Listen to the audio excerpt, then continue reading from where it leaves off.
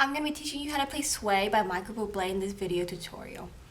So Sway is originally a Spanish song called Quien Será by Pablo Beltran Ruiz. It was first covered by Dean Martin and then later by Buble, who made it really famous, I think. The song is originally in E minor, but I'm going to be teaching it in D minor because D minor is a little bit easier to learn for beginners. But the nice thing about it is once you learn a song in one key, you can easily transfer it to many different keys. So the first thing you should do is to download this music sheet from my website. I put the link in the information section for this video, so you should be able to find it and download it.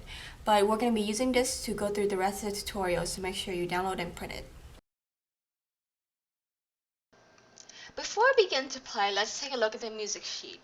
I like to look at the sheet before I play because it gives me the big picture of the song, and also helps me break the song into manageable pieces that are easier to learn. So taking a look at the song, we see that it's divided into three parts. We have the intro, the verse, and the bridge. And the instrumental is just a repeat of the intro. There are 7 unique chords for this song. There are playing notes that I added over here. The song is in the key of D minor. The time is 4/4 common time. The tempo is about 110 to 130 depending on how fast you're playing. The strumming pattern is down, down, up, up, down, up. Stop here is the chunk and it's a 1-beat rest. This is optional. There are also optional chords throughout the song here and here. So the optional chords and the optional rests are up to you. As you learn the song and as you master the song, you're going to want to add things or remove things to make the song your own. The other thing I want you to look at is the chord progression. See this chord progression in the intro? This chord progression repeats throughout the verse and the last half of the bridge. So if you take a look at it, there are only 2 chord progressions you have to learn. This one here and this one here at the beginning of the bridge. So when you take a look at the music sheet, it helps you break the song into manageable pieces that are easier to learn.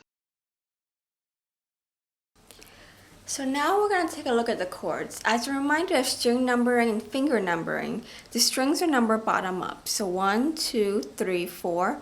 Your fingers are numbered starting with your index finger. So index finger is 1, middle finger is 2, ring finger is 3, the pinky is number 4. For the D minor chord, you're going to put your first finger or your index finger on the first fret of the 2nd string, middle finger, 2nd fret, 4th string, ring finger, 2nd fret, 3rd string. For A7 sustain chord, simply pick up your index finger and your middle finger, and your ring finger is exactly where it needs to be, 2nd fret, 3rd string. For A7, simply put down your middle finger on the 1st fret of the 3rd string and pick up your ring finger.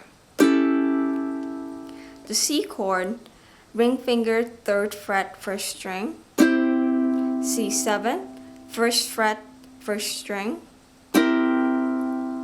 F, index finger, 1st fret, 2nd string, middle finger, 2nd fret, 4th string. Now B flat is a partial bar chord.